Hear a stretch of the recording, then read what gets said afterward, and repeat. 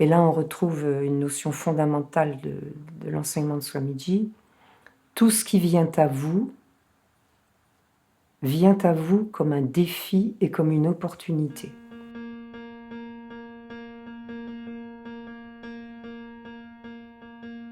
Il n'a pas dit certaines choses. Certaines choses, vous pouvez en faire quelque chose. Non, il a dit tout. Tout.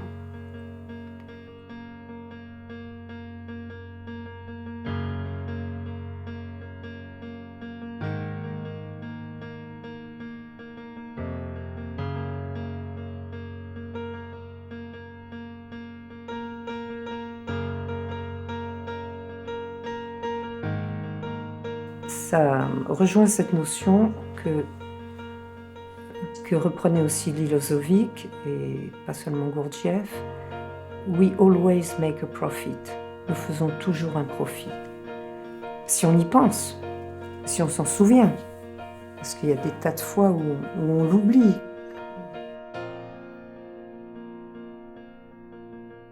La première fois que j'ai rencontré Arnaud, c'était au travers du petit écran. Chez mes parents, je devais avoir 16-17 ans. Mes parents m'ont insisté pour que je vienne voir. Et donc ça a été ma première rencontre. C'était une vraie rencontre parce que j'ai été impactée par cet homme, sentant qu'il y avait quelque chose de différent. Je crois que j'ai senti que c'était un être intègre et j'ai senti aussi une certaine solidité. Bien sûr, je n'ai pas mis ces mots-là à l'époque, mais avec le recul, c'est ça que j'ai ressenti. J'étais, comme beaucoup d'adolescents, hein, dans un certain chaos. Et ça a été pas exactement la première fois qu'il y a eu un sens, parce qu'il y avait eu des choses antérieures, mais en tout cas un être humain qui incarnait ce sens salvateur. Par la suite, c'est à 21 ans que j'ai rencontré Arnaud. J'avais souhaité en début d'année le rencontrer. J'avais écrit à son éditeur et j'avais appris qu'en fait il était en Afghanistan. Et donc ça me paraissait très loin, le temps de son retour, et j'ai décidé d'aller en Inde rencontrer les maîtres dont il parlait dans ces films qu'on voyait à l'image et qui, bien sûr, pour tous ceux qui ont assisté à ces films, ont eu aussi un fort impact. Donc je suis partie en Inde et à mon retour, je me suis mise en contact avec Arnaud qui effectivement commençait des réunions à Paris pour former le petit noyau de personnes qui s'adressaient à lui. Et ces réunions ont eu lieu dans un appartement près de la Madeleine, prêté par une relation d'Arnaud qui s'appelait Pierre Cardon. C'était un temps où Arnaud nous donnait toutes les bases de l'enseignement, les rudiments. Il essayait de nous former un peu parce qu'on était tous complètement novices en la matière. Et donc, oui, c'était une époque très riche. Oui. Si je devais dire comment cette rencontre a transformé ma vie, il y a deux niveaux. Il y a ces réunions chez Pierre Cardon qui apportaient des vérités dont j'avais vraiment soif. Mais il y a eu aussi que j'étais dans une situation existentielle très compliquée et que Arnaud m'a tout de suite donné quelques entretiens dans l'île Saint-Louis où j'ai pu apporter cette situation. Et là, ça a achevé de me convaincre parce que j'ai eu des réponses complètement inattendues, mais qui témoignaient d'un autre niveau d'être et d'une véritable guidance. Ça n'était pas encore un maître, c'était un maître en devenir. Il venait juste d'avoir de Swami Prajnanpad son aval pour fonder un lieu. Il avait même eu quelques directives de lui. Et voilà, donc nous nous adressions à lui comme quelqu'un susceptible de nous guider. Mais il n'avait pas encore fait ses preuves en tant que maître, si ce n'est dans les entretiens que j'avais eus avec lui, les quelques entretiens. Quand je suis allée au Bost pour mes premiers séjours, nous avons tous pu constater l'envergure d'Arnaud, à quel point il était solide, fiable, et de façon certaine un être comme on n'en avait jamais rencontré. Quelqu'un qui nous voyait tel qu'on était, qui était avec nous d'une infinie patience qui témoignait beaucoup d'amour, un amour inconditionnel. Et évidemment, on était tous un peu cabossés dans les débuts du BOST, toute une jeune génération qui avait eu un passé assez difficile. Et voilà, enfin quelqu'un qui tenait la route. Ça, c'était très fort.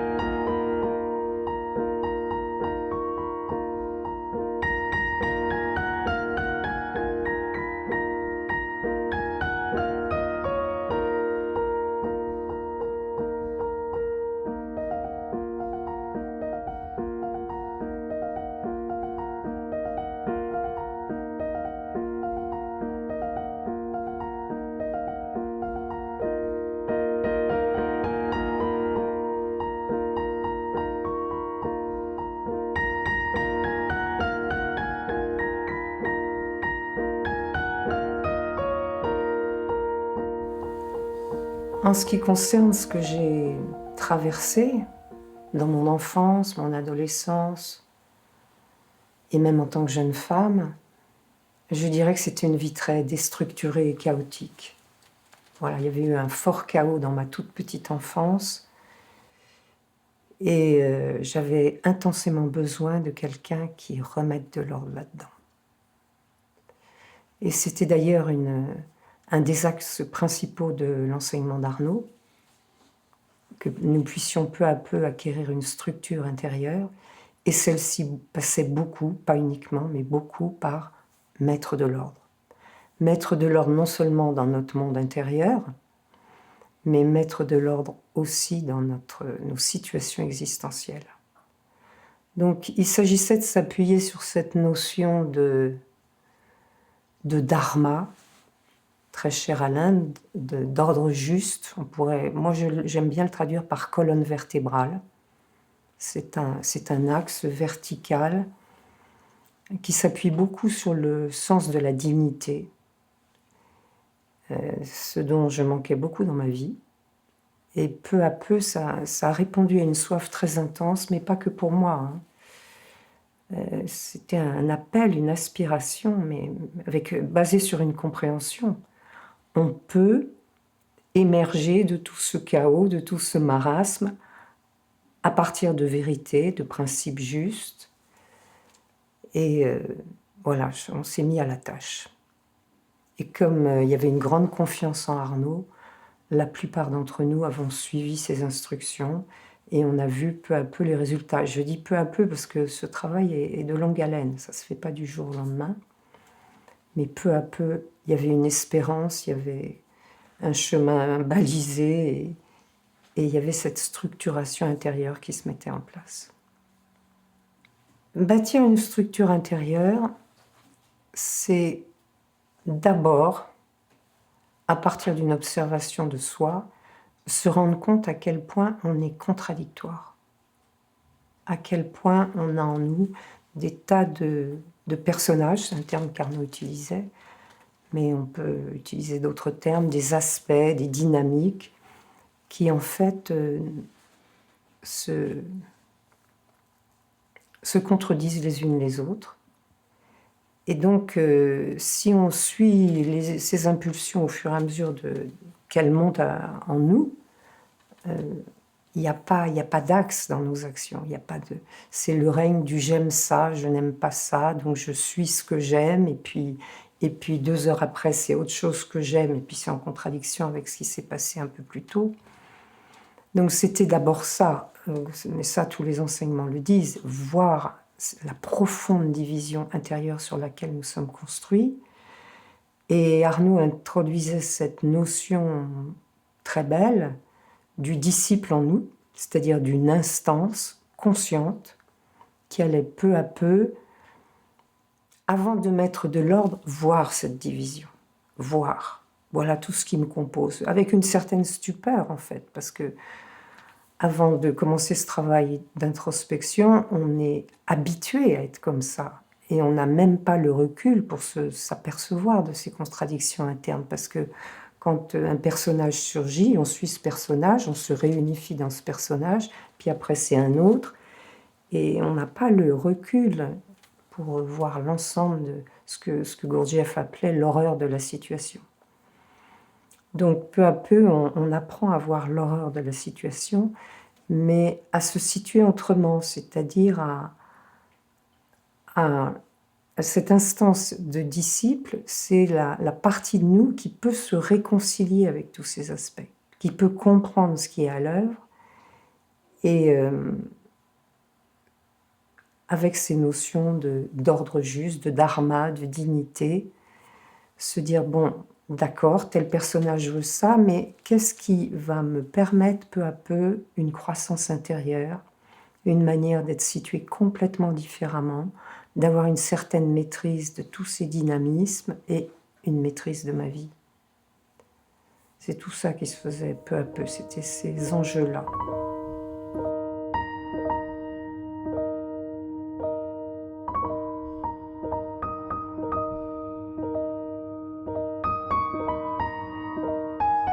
Il m'a beaucoup incité à mettre de l'ordre dans ma vie au quotidien, de façon régulière.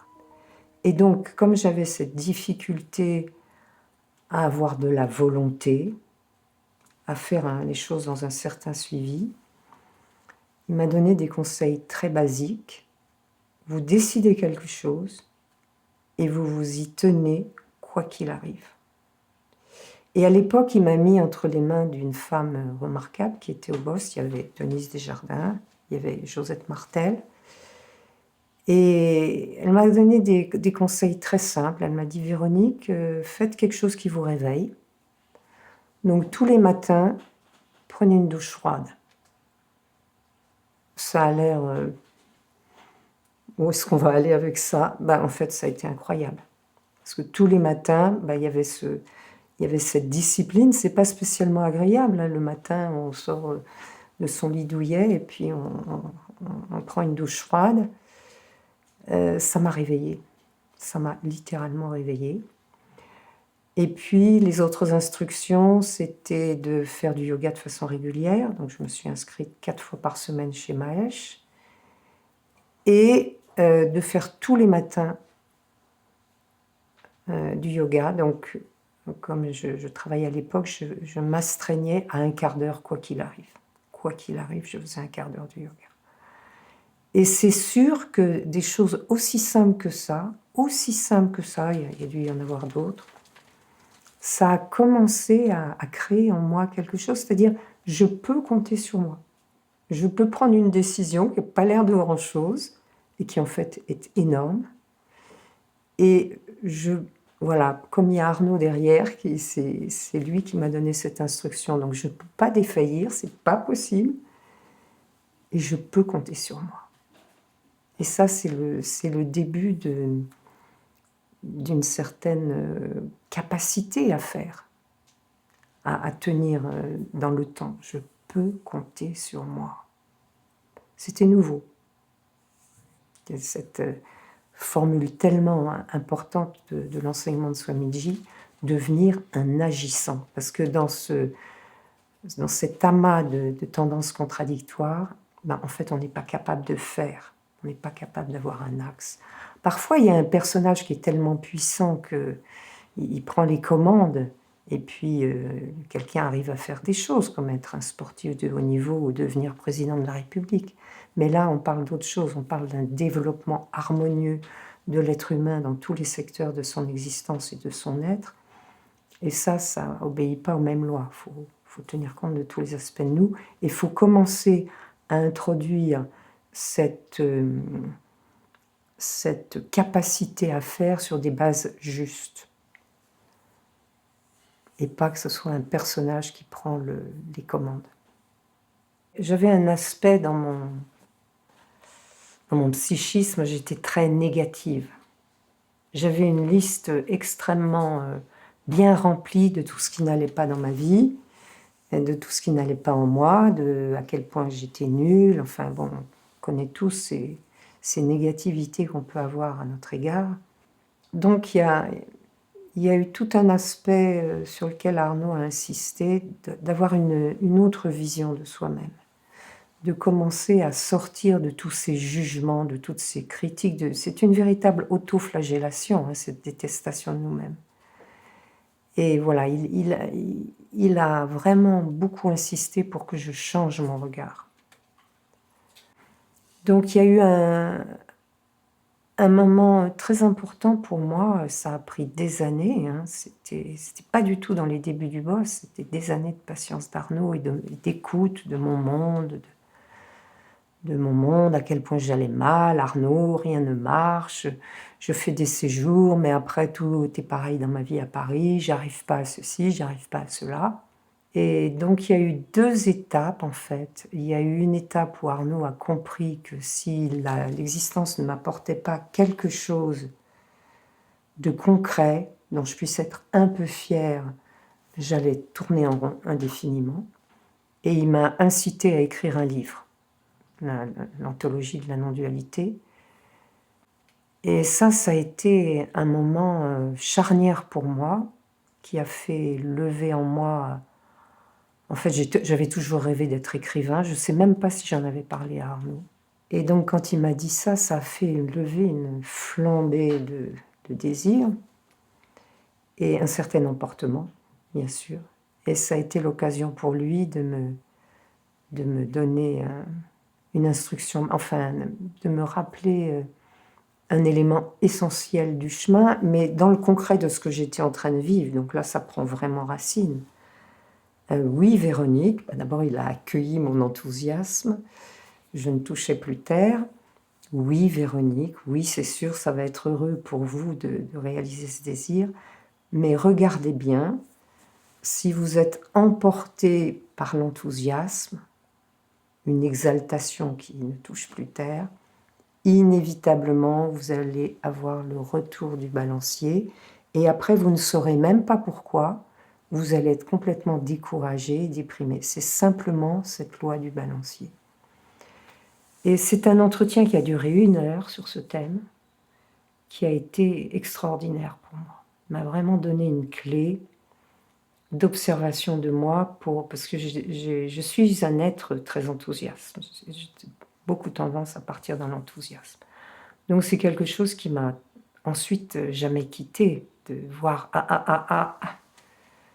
et puis de voir le retour de flamme, voilà, toujours.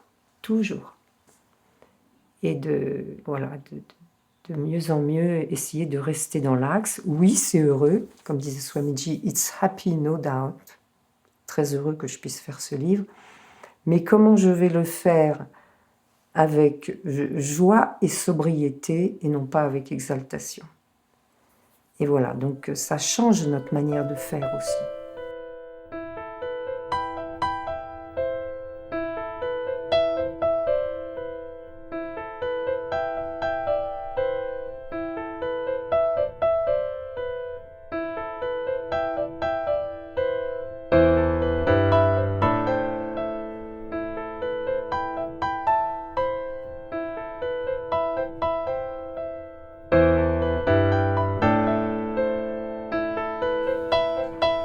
Oui, j'ai parlé donc d'un chaos dans mon existence. Ce chaos était aussi dans ma vie sentimentale. J'avais à l'époque beaucoup de relations très insatisfaisantes qui ne faisaient que m'enfoncer un peu plus dans la dérive. Et puis en même temps, j'avais une aspiration forte, c'était, voilà, on parlait des contradictions, une aspiration forte à rencontrer un homme. Ça depuis toujours. C'était un souhait, c'était plus qu'un souhait, il y a eu un moment où j'étais comme un poisson hors de l'eau, tellement cette demande était puissante. Et Arnaud s'est servi de ça pour me sortir de ce chaos. Il a beaucoup joué sur ce désir fort en me disant, bon ben voilà, vous souhaitez rencontrer un homme, mais si vous le rencontriez maintenant avec l'existence que vous menez, vous comprenez bien que ça ne pourrait pas fonctionner. Donc qualifiez-vous. Qualifiez-vous si vous voulez une rencontre de qualité. J'ai quand même commencé à mettre un peu d'ordre. C'est pas que je n'avais plus d'amants et de relations qui étaient douloureuses pour moi. Parce que j'avais l'impression, c'est comme ça que je le vivais, que ça bafouait une certaine dignité. Et que ça n'allait pas dans le sens de faire une rencontre de qualité. Donc peu à peu, mais ça a été très lent, ça a été très compliqué. Et Arnaud m'a dit un jour, en gros, je me souviens plus de la parole exacte, mais c'était bon, apparemment vous ne pouvez pas mettre de l'ordre pour l'instant, ne vous inquiétez pas. Et il voyait sur le long terme, il voyait l'évolution sur le long terme, et il ne s'est pas inquiété de ce que j'avais pas la possibilité, c'était pas encore dans mon niveau d'être, de pouvoir dire bon bah j'arrête toutes ces relations, c'était pas possible. Donc il m'a accompagnée dans cette faiblesse, on peut dire, hein, mais absolument pas stigmatisée, et il a toujours gardé cette flamme de l'espérance. Tout ça va évoluer, ne vous inquiétez pas, et je ne cesserai pas de vous accompagner. C'était pas ces termes, mais c'était tout le message qu'il envoyait. Je vous lâcherai pas. Voilà, je crois que il a fini par voir l'étendue de mon mal-être et que ça m'était pas possible du jour au lendemain de mettre de l'ordre. Donc il fallait y aller patiemment, il fallait attendre et il fallait nourrir cette flamme et cette aspiration. C'est comme ça qu'il a joué, mais pas qu'avec moi, hein, il a fait ça avec nous tous. Hein.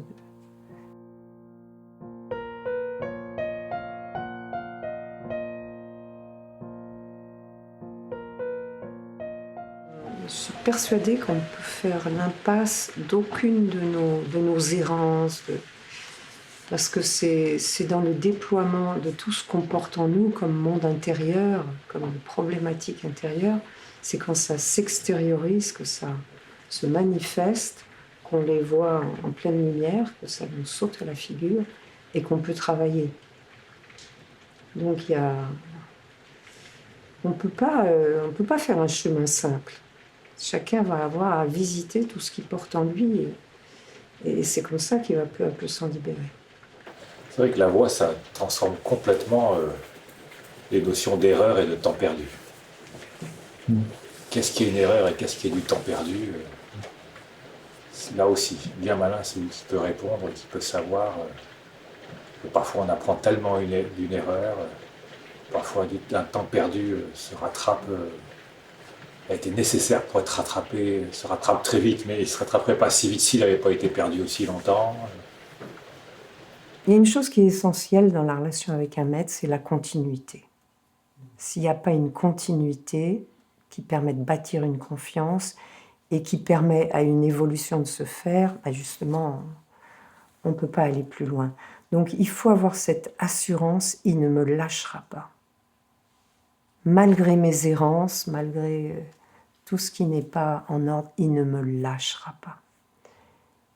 Et c'est la responsabilité d'un maître quand il prend quelqu'un en charge.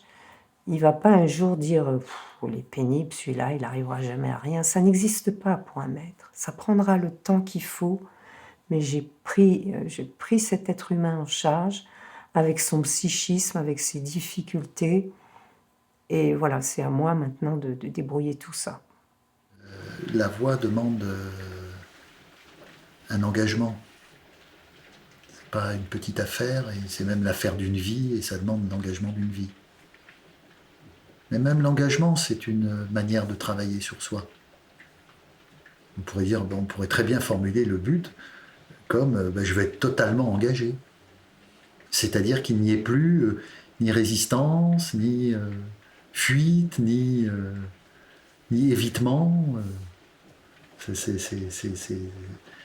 Que peu à peu ça devienne l'affaire de notre vie, c'est là aussi tout un labeur intérieur. Les gens souvent ont une vision de l'engagement assez puérile. Ils voudraient être 100% engagés, mais on ne l'est pas en fait, pendant longtemps. On gagne peu à peu du terrain, peu à peu la voix, notre compréhension, ce qui mature en nous, infuse et se diffuse dans notre existence et en nous-mêmes. Ça aussi, c'est un long travail. Donc il faut accepter qu'il y ait des parts de nous-mêmes et les connaître, tout à fait indifférentes à la voie et au chemin, et voire même hostiles, et qui prennent peur. Arnaud avait la capacité, comme l'a sans doute tout maître, hein, de voir le potentiel d'un être humain. Faut vraiment avoir de bons yeux dans certains cas. Je pense que dans mon cas, il fallait vraiment être... Mais j'avais une détermination. Je crois que c'est là-dessus qu'Arnaud s'est appuyé. J'avais un besoin éperdu de m'en sortir, donc qui faisait naître une détermination. Et il y a eu un moment où Arnaud a... Je pense qu'il a compris à quel point le chaos de mon enfance avait complètement impacté ma vie, fait exploser les structures en quelque sorte, et que pour rebâtir quelque chose, ça allait prendre du temps. Je peux pas dire, bon là je peux pas être affirmative, mais est-ce qu'il l'a vu tout de suite? Est-ce qu'il a su que ça allait prendre tellement de temps? Ça, je sais pas. Mais bon, infinite love, infinite patience. Il ne s'est jamais lassé.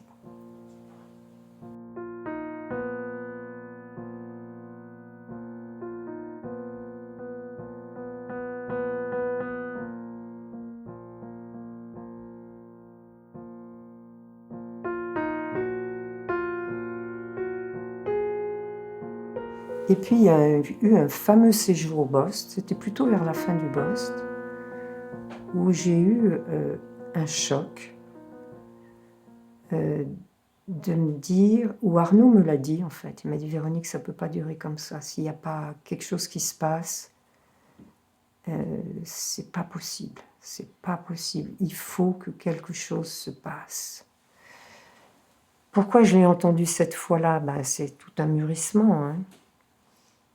Et ce séjour a produit une bascule en moi. Une véritable bascule qui était même... j'ai même fait des rêves, un rêve, où je me voyais dans un bateau, je faisais une traversée et j'abordais une île merveilleuse et je sortais du bateau, je tapais du pied émerveillé, je disais c'est là, j'y suis. Et ça a correspondu à cette bascule où j'ai pu décider, j'arrête. J'arrête avec cette négativité. Pourquoi ça se produit? Je ne sais pas si on peut s'en attribuer le mérite. Pourquoi il y a un certain timing, un moment opportun où cette bascule se fait. Pourquoi elle ne s'est pas faite pendant des années avant et tout à coup... Voilà, c'est ce qu'Arnaud appelait la cristallisation. On fait des efforts pendant des années qui semblent ne mener nulle part, mais en fait, tous ces efforts s'emmagasinent et à un moment, il se produit une cristallisation comme en chimie et quelque chose qui ne nous était pas possible nous devient possible. Donc, je suis arrivée un matin en entretien avec Arnaud. J'avais fait 2 listes, l'une qui récapitulait tout ce que j'appelais mon mental, ma manière de penser fausse, je suis nulle, je n'arriverai jamais à rien, j'ai pas droit au bonheur, etc. Et puis l'autre qui était une autre voie, qui était dans le positif. Et il y avait notamment une phrase « Ce dont j'ai besoin me sera donné ». Quand je suis rentrée à Paris, j'étais toujours seule, donc il y avait un moment qui était particulièrement difficile, c'était quand je sortais de mon travail le soir, et puis que j'allais rentrer seule chez moi. Et là, c'était le moment où le mental, avec ses vieux leitmotivs, sa négativité, cherchait à s'infiltrer. Et à ce moment-là, j'avais mon mantra. Ce dont j'ai besoin me sera donné. Et ça me remettait dans un état d'esprit positif qui me permettait de juguler en quelque sorte cette négativité. Donc, je ne voudrais pas dresser un portrait idéal en disant ça a été terminé avec la négativité. Pas du tout, parce que c'est des choses très tenaces en nous. Mais en tout cas, je peux quand même dire que c'était un avant et un après sur lequel j'ai pu m'appuyer. Là, ça a aussi bâti, cette décision intérieure, ça a bâti une force pour lutter contre la négativité. Parce qu'il faut une certaine force pour lutter contre tous ces démons. Ça ne se fait pas tout seul. Et cette force, on ne l'a pas beaucoup au début. Elle se construit. Ce qui m'a parlé et accompagné tout au long de mon cheminement, c'est cette notion de disciple, c'est-à-dire une instance en nous qui devient de plus en plus consciente et qui met en œuvre peu à peu ce qu'il faut pour cheminer, pour mettre de l'ordre dans sa vie, etc. Et Arnaud comparait le disciple à la flamme d'une bougie qui au début est assez vacillante et qu'il faut protéger. Pour Arnaud, il y avait cette notion, le disciple au départ, il est faible. Les forces en présence, la puissance du mental, de nos émotions, tout ça.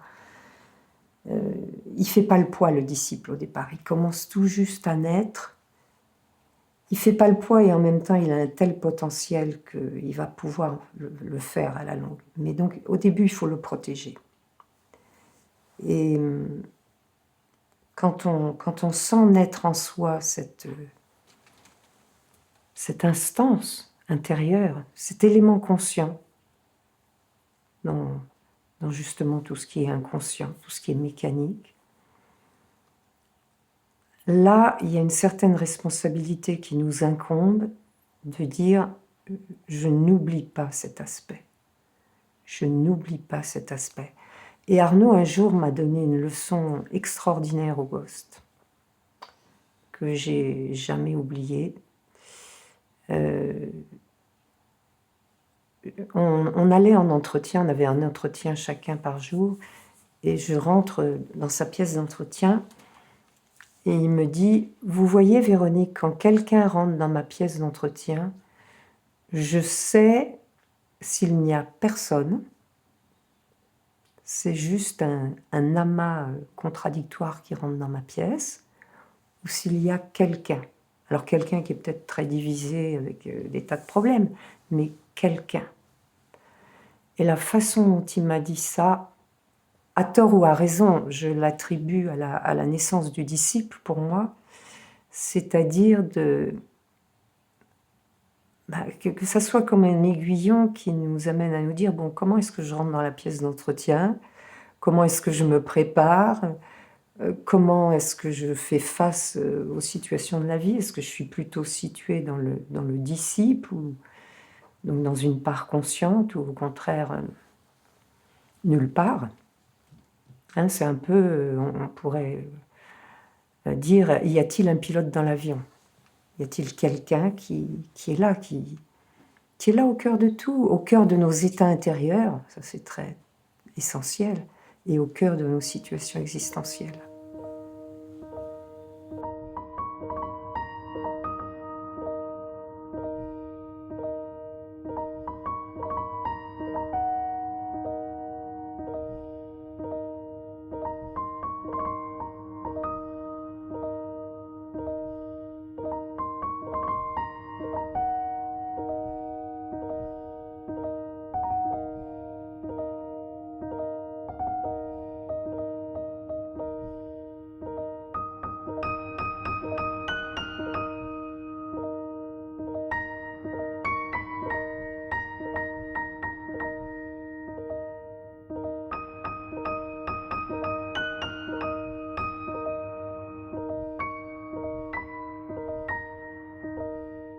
Mon rôle d'enseignante, de personne qui transmet, ne s'est pas fait du tout de façon linéaire.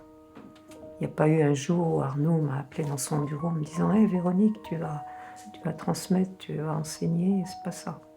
Ça s'est fait progressivement, principalement à Hauteville. Mais il y a quand même une fois qui me revient, là, quand on était dans les séjours qu'on faisait au Québec, que j'avais proposé à Arnaud. L'idée, c'était qu'on aille rejoindre les gens sur leur lieu. là où ils étaient, dans leur situation existentielle de travail, de famille, etc.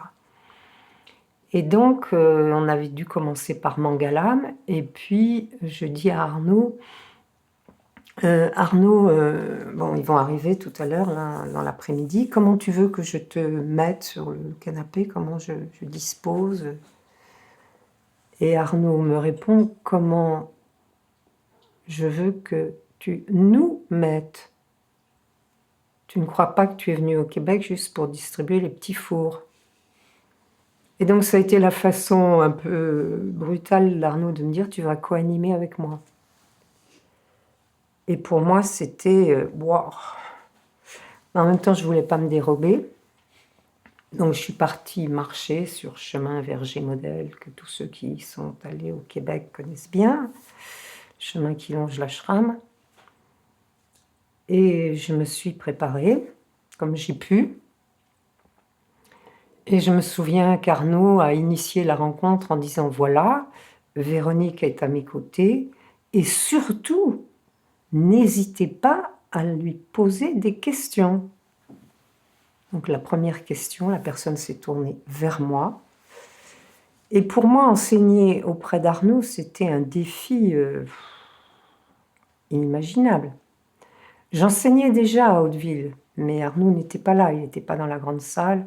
Arnaud, avec cette particularité, c'est que quand il nous mettait en situation d'enseigner, il ne nous faisait pas passer des tests, il n'était pas là à écouter ce qu'on disait dans la grande salle. Il faisait confiance, donc c'est comme ça que j'avais commencé à enseigner à Hauteville. Mais là, j'allais être aux côtés d'Arnaud, et ça a été le début d'une co-animation qui a duré des années. On allait 2 fois par an au Québec, on faisait ces séjours de Chana. Et puis on a fait aussi des séjours dans ce Tranaka avec Arnaud, séjours co-animés. Et dans le Montana aussi, chez Purna. Enfin, il y a eu pas mal d'espaces comme ça. Ça a été extrêmement riche pour moi, comme vous pouvez le deviner. Mais ça a surtout été... après ça, j'ai plus jamais pu douter de ce que j'avais à faire. Avec le recul, je vois que j'ai fait quelques erreurs dans les co-animations. Arnaud ne m'a jamais rien dit, il m'a laissé grandir dans cette transmission, mais Arnaud a aussi très concrètement fourni des occasions comme ça. Il m'a fait parler plusieurs fois à des assemblées générales aussi à Hauteville. Il m'a fait plusieurs fois prendre la parole, donc il a vu que ça correspondait à ce que j'avais à faire. Et il a nourri cet aspect.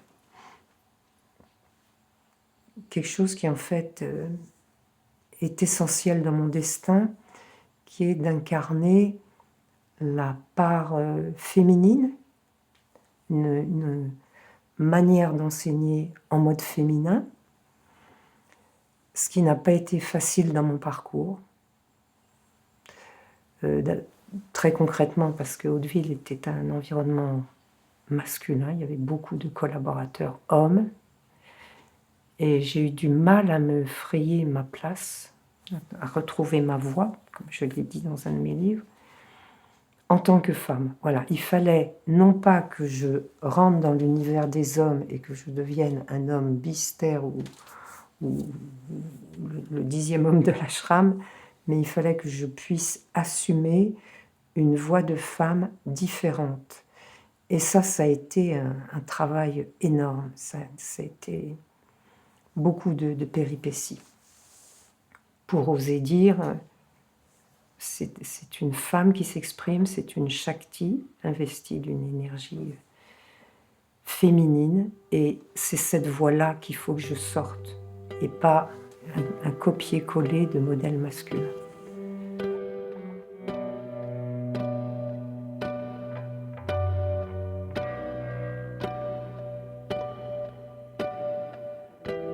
There's a bluebird in my heart that wants to get out.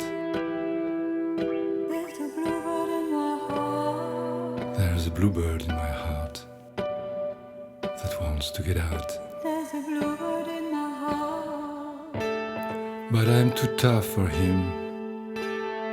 but I am too tough for him. I say, stay in there, not gonna let anybody see you.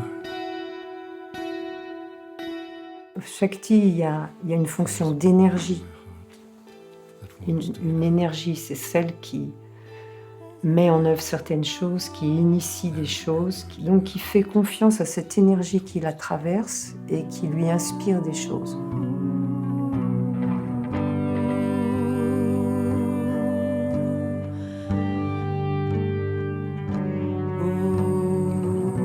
Ça vient pas de nous, c'est quelque chose qui nous appelle à mettre en œuvre et à faire confiance à ce qui monte. Faire confiance à cette énergie qui veut se mettre en action. Donc il y a cet aspect-là, mais il y a aussi l'aspect Mataji, l'aspect maternel, qui est quelque chose qui n'était pas du tout Quiet, let him die. évident pour moi. Mais comme me dit une de mes amies, Edith Charret, québécoise, on ne résiste pas à son destin. Donc Arnaud m'avait simplement dit peut-être les choses un peu tôt. Je pense que, tant bien que mal, j'incarne cet aspect maternel. J'incarne un aspect, alors que j'ai un caractère très combatif, j'ai beaucoup de périodes d'agressivité, de colère, de rébellion. Et malgré tout, je vois que se ferait en moi, au travers des années, un aspect qu'Arnaud avait très bien vu d'ailleurs, mais une douceur, un aspect maternel qui n'exclut pas du tout la fermeté dans la manière d'enseigner ou d'être en contact avec les autres. Un jour, je lui ai dit « C'est quoi être une Mataji ?» Et il m'a répondu « Être une Mataji, c'est quelqu'un qui écoute. » Voilà, qui prend un moment, ça veut dire qu'il prend un moment avec quelqu'un, qui écoute l'autre avec beaucoup de bienveillance. Ou quelque chose comme ça, je ne dis pas la phrase littérale, mais voilà, qui écoute. Et bon, je l'ai entendu. Je l'ai entendu.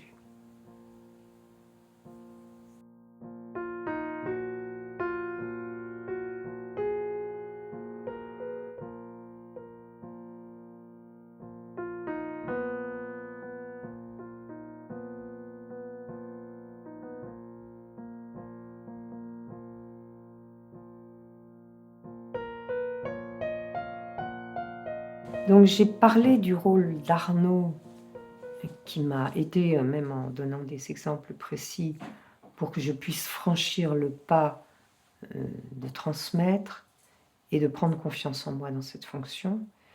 Mais je dirais le rôle de Lilozovic à cet égard a été tout aussi important. C'est étonnant de voir comment Arnaud et Lee, je n'ai pas l'impression qu'ils en aient parlé ensemble, du genre, bon, faut mettre le paquet avec... Non, c'est pas du tout ça. Je pense que c'était...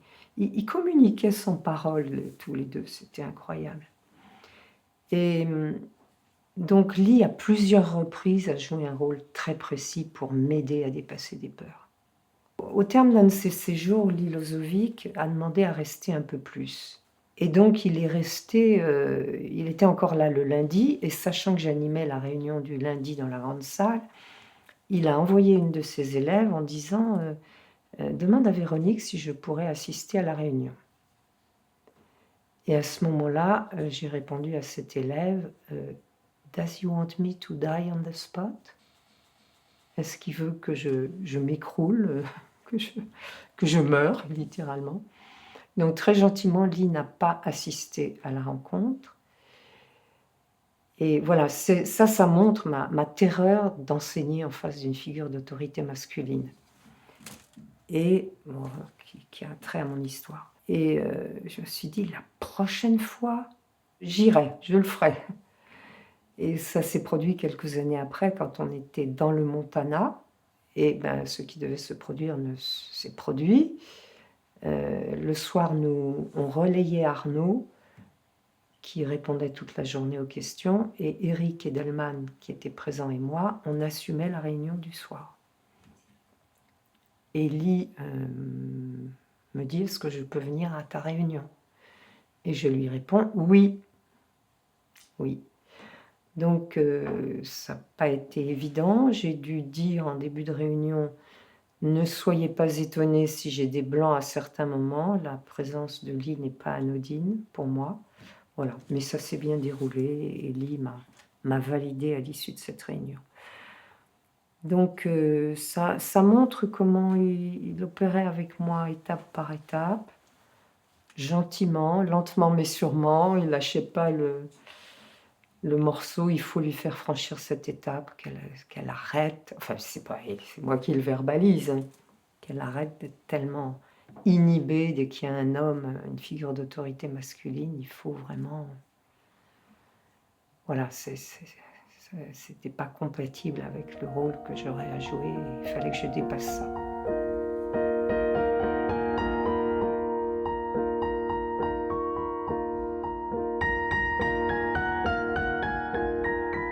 Donc à un certain moment, ça tient à l'historique d'Hauteville, j'ai constaté que voilà, les adhérents et les adhérentes notamment n'avaient pas d'interlocuteur féminin. Donc j'ai proposé à Arnaud, et ça a été pour moi pas évident. Je lui ai dit, est-ce que tu serais d'accord pour que je puisse faire des groupes de femmes? Et en même temps, je ne veux pas que ces groupes viennent de ma problématique personnelle que j'essaye de résoudre. Je veux vraiment que ça ait un sens. Et Arnaud m'a répondu, la problématique n'empêche pas l'action. Ça voulait dire va de l'avant, même s'il y a une problématique qui n'est pas complètement résolue. Et il a terminé en disant, c'est tellement important cette question de svabhava et svadharma, de nature propre, qu'est-ce qui appartient à ton être, et d'action qui en découle. Et voilà, il m'a complètement renvoyé à qu'est-ce qui appartient à qui tu es et à ce que tu as à faire dans cette existence, à ce qui t'incombe. Il m'a complètement ouvert la porte. Et curieusement, Lilozovic en a fait autant, à peu près au même moment. Donc j'ai commencé les groupes de femmes du vivant d'Arnaud, peu de temps avant sa mort, et animée de cette double impulsion que j'avais reçue et d'Arnaud et de Lee, je les ai poursuivis après la mort d'Arnaud. Donc je les ai faits dans différents lieux, en veillant à ce que les lieux soient propices, à ce qu'on ait un cadre où je pouvais venir en tant qu'enseignante dans cette voie et apporter quelque chose de particulier à ces femmes. En fait, ces groupes de femmes, ils offrent un cadre privilégié pour que des femmes, bon, il y a un facteur temps, hein, c'est sur plusieurs jours, puissent, dans un climat de respect, d'écoute, où elles se sentent profondément en confiance, puissent livrer des choses de leur vie de femme extrêmement intimes, parfois très douloureuses. Il y a des femmes qui, dans ces groupes, pour la première fois, ont osé dire qu'elles avaient vécu un viol ou des abus sexuels de la part d'un père, d'un oncle, enfin des choses de cet ordre peuvent sortir. Et j'utilise aussi le groupe pour servir de contenant. C'est sûr que quand une femme expose quelque chose qui a été un tel choc quasiment inassimilable dans sa vie, je demande l'aide du groupe, on se met autour de cette femme et on l'entoure pour venir, pour être un baume pour réparer cette blessure. Un baume féminin qui semble dire ce que tu as vécu, c'est vraiment fort, on le comprend, on le reçoit, mais voilà, on est là pour te guérir, ou en tout cas commencer à amorcer une guérison. En fait, on a vécu dans notre vie, tous, des moments de solitude insupportables, des moments de déréliction.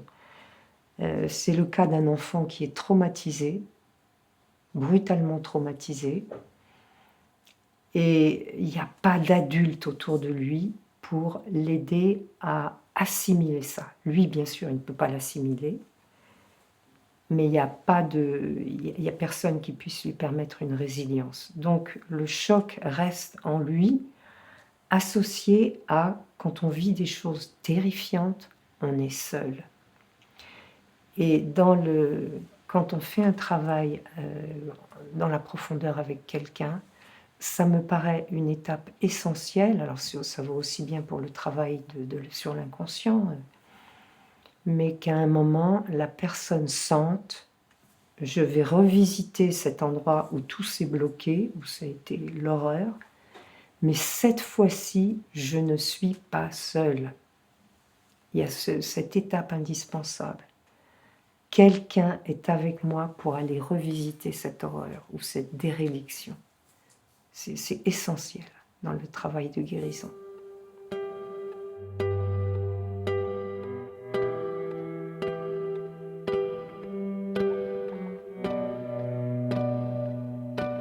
À un moment, je crois que j'ai proposé à Rose, j'ai dit mais est-ce que ça t'intéresserait de co-animer les groupes de femmes que je fais avec moi?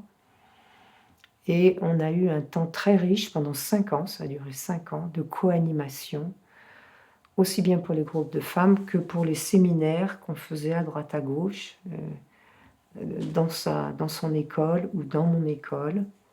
On est allé notamment en Roumanie, en Arizona, où on a fait un groupe. Et puis, voilà, je l'ai invité dans tous les groupes que je faisais en France. Et puis, au bout de 5 ans, il était clair qu'on était appelé à d'autres choses. Elle voulait se rapprocher de son fils qui venait d'avoir une fille. Moi, je souhaitais quelque part reprendre mon autonomie pour continuer ces groupes. Donc voilà, tout ça a coïncidé pour que on arrête cette collaboration. Mais je voudrais souligner à quel point ça a été riche, et pour nous, et pour les personnes avec qui on a été en contact.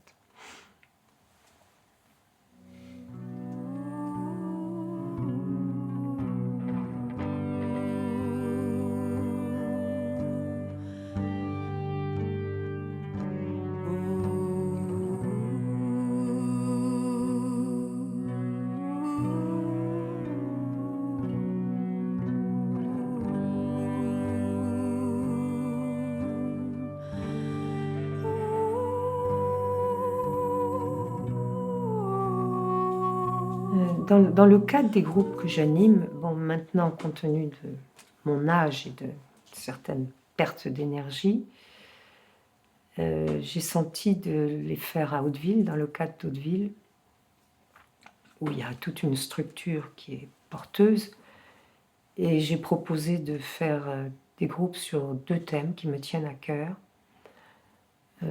Un sur la loi de l'impermanence, mais avec une visée très précise qui est la loi de l'impermanence avec les pertes qu'elle va occasionner dans nos existences et souvent notre difficulté à assimiler ces pertes. Donc ça traite du vieillissement, de la maladie et de la mort. De façon à ce que les personnes aient un espace de parole particulier pour traiter ça. Mais le thème du vieillissement, ça fait des années que je sais qu'il faut offrir un espace sur ce thème. Parce que, oui, on parle de la loi de l'impermanence. Donc on est supposé, bah voilà, nous on est sur un chemin, la loi de l'impermanence, on vieillit, tout ça est normal. Et bien c'est pas du tout le cas. Quand on entend les questions des gens dans la grande salle ou dans d'autres espaces, moi j'ai été étonnée de voir que il semblait qu'ils n'avaient mené aucune réflexion sur ce thème. Ils étaient toujours surpris. Bah, je vois moins bien, j'entends moins bien, j'ai moins d'énergie. Quand même, c'est pas normal. Et il n'y a pas cette idée, mais on va tous vieillir. Le Bouddha en a parlé il y a 2500 ans. C'est une étape naturelle pour l'humanité entière. Et pour nous, pratiquants sur la voie, ça devrait être quand même quelque chose à quoi on a réfléchi. Voilà, donc j'ai senti d'offrir ces espaces où on peut vraiment dire en quoi ça nous fait souffrir, parce que vieillir nous fait souffrir. C'est pas parce qu'on est sur le chemin qu'on échappe à l'aspect bah, c'est pas drôle de perdre son énergie, tout à coup je peux plus faire ce que je faisais. Bah oui, ça fait partie de tout ça. Et voilà, donc j'en ai déjà fait 2 de ces groupes, et puis il y en a 2 prévus pour la fin de l'année. Et en tout cas, c'est une étape. Ça ne résoudra pas tout pour ceux qui y participent, mais c'est un jalon pour dire arrêtez de considérer ça comme anormal. C'est le lot commun, tout ce qui vous arrive, tout ce qui nous arrive. Mais n'empêche que quand ça nous arrive, il faut un temps d'assimilation. On ne va pas y échapper. Et puis, dans la foulée, mais j'estime que c'est complémentaire en fait, parce que j'ai aussi constaté que dans cette... vous savez que le cerveau est configuré pour ne retenir que les mauvais aspects. Hein. On a une liste très longue de tout ce qu'on a vécu dans notre vie, qui n'a pas fonctionné, qui a été dans l'aspect douloureux. Et on n'est pas du tout objectif sur notre vie pour intégrer l'aspect heureux au sens très large, y compris le fait, pour des pratiquants sur la voie, d'avoir eu cette chance inestimable de rencontrer des maîtres, d'avoir rencontré la voie spirituelle. Y a comme quelque chose qui n'est pas intégré, qui n'est pas assimilé. Donc, reprenant cette formule de Swami Prajnanpad, j'ai fait ce que j'avais à faire. J'ai reçu ce que j'avais à recevoir. Et j'ai donné ce que j'avais à donner. J'ai eu envie de proposer un groupe, en tout cas, il va avoir lieu bientôt, où on reviendrait là-dessus, non pas pour se dire, un jour sur mon lit de mort, je pourrais dire cette formule, puis on fera le bilan. Non, qu'on le fasse maintenant. Qu'est-ce que j'ai déjà donné? Déjà, on a tous donné beaucoup de choses. Qu'est-ce que j'ai reçu? Mais on a reçu un nombre incroyable de choses. Mais on n'a jamais fait le bilan de ça, ou très peu. Et au niveau de faire, quand on regarde une vie humaine, c'est hallucinant tout ce qu'on a fait. C'est hallucinant. Tout ce qu'on a engrangé dans ces 3 domaines. Donc voilà, je veux offrir un espace où on reconfigure les choses. C'est pas tout l'aspect négatif pèse très lourd et puis l'aspect positif c'est rien du tout. On remet d'aplomb tout ça pour intégrer ce que Swamiji appelait la richesse de notre vie. La richesse de notre vie, de notre existence, c'est l'intégration à la fois du positif, du négatif, de l'aspect heureux, de l'aspect douloureux. Quand Swamiji disait « Do you want half life or full life ?» Est-ce que vous voulez une moitié de vie ou une vie complète? C'est très exactement ça. Mais si moi j'intègre jamais tout ce qui a été heureux ou tout ce que j'ai fait, j'en prends pas la mesure. Il y a des gens qui sont extrêmement actifs, mais c'est jamais assez, j'ai pas fait ce que j'ai à faire. Mais non, ils ont un regard qui n'est pas en place. C'est ce regard que je voudrais tenter pour quelques-uns, enfin ceux que ça intéresse de faire ces groupes, de rectifier. Non, vous n'avez pas une vraie vision ni de votre existence ni de vous-même. Et ce regard qui n'est pas juste nous met en conflit avec nous-mêmes. Il ne nous aide pas à sentir à un moment que la coupe commence à être pleine, de nous emmener vers ce fulfillment, ce sentiment d'accomplissement qu'on peut commencer à ressentir vraiment. Ça ne veut pas dire qu'on ne va plus rien faire, plus rien recevoir et plus rien donner. Mais ça veut dire qu'il y a un moment où il faut qu'on s'arrête et puis qu'on dise « mais c'est déjà le cas ». Pas être toujours le nez dans le futur, intégrer tout ça.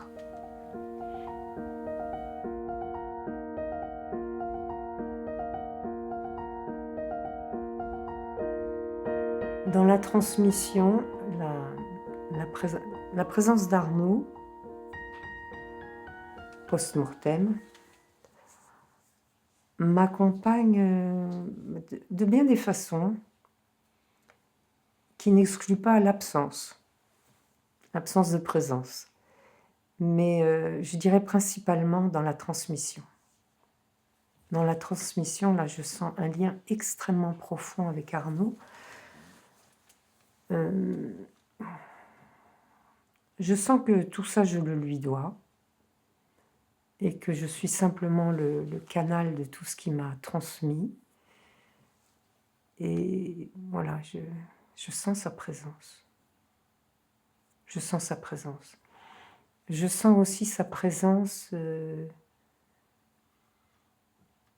pas tout le temps, mais quand je suis avec des personnes, qu'il y a un moment d'échange et voilà, que je sens que quelque chose de ce qu'il m'a transmis est utile et précieux pour cette personne. Alors là, je ne parle pas en réunion, hein, je parle dans des temps plus informels, voilà, où je peux comme me dire, tiens là, Arnaud, il est content.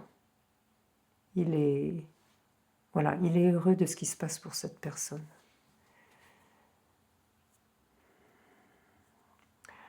Je peux aussi l'invoquer simplement en faisant un pranam.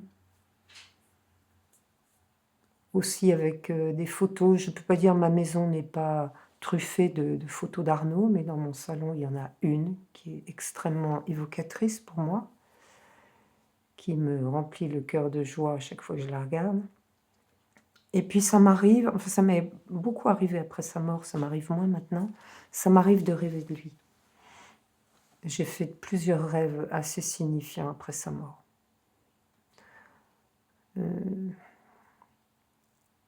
Des rêves qui m'ont montré l'implacabilité de sa mort, qu'il n'y avait rien à attendre, il était mort. Là, ça, j'ai dû entendre cette leçon, il est mort. Mais d'autres où il a été au contraire extrêmement présent. Et j'ai fait un jour un rêve, alors qui m'a montré quelque chose dont je ne me souviens pas tout le temps, en tout temps, mais qui envoyait un message fort où on était assis chacun à une table, il était à proximité de... Et donc tout à coup il surgissait et je lui disais « Mais c'est toi, Arnaud ?» Sous-entendu « Mais t'es mort, qu'est-ce que tu fais là ?» Et il était là, donc je le touchais et puis en une seconde il disparaissait. Et donc le message que j'ai entendu, c'est « Même si tu ne me vois pas, je suis là ». Voilà, ça a été très puissant ce rêve, très puissant, mais je ne peux pas dire que c'est là 24 heures sur 24. Je crois que maintenir le lien avec le maître après sa mort, oui, il est là, et en même temps, il y a une démarche active de notre part. C'est-à-dire qu'on alimente ce lien, on le ravive, parfois on le perd, on le renouvelle. C'est un travail. On pourrait dire, pour reprendre une parole qu'utilise Gilles Farcet, qu'on convoque le maître, on l'invite. Voilà, c'est nous qui coupons la connexion, hein, sans nous en rendre compte, absorbés par notre monde intérieur, par notre existence. Nous ne sentons plus le lien. Mais... il peut se rétablir, ou s'il y a une mise en pratique, le lien se rétablit. C'est vraiment la pratique, c'est aussi le lieu central, parce que là on parle de tout ce qu'on peut faire, mais il y a aussi cette chose étonnante qu'au moment où on pratique, on ne peut pas ne pas sentir la connexion avec notre maître, puisque c'est lui qui nous a enseigné tout ça. On est comme en train de lui dire, voilà, je suis en train de mettre en pratique tout ce que tu m'as enseigné. Le lien se rétablit. For your heart is pure, for your gaze is straight, for your hand is sure.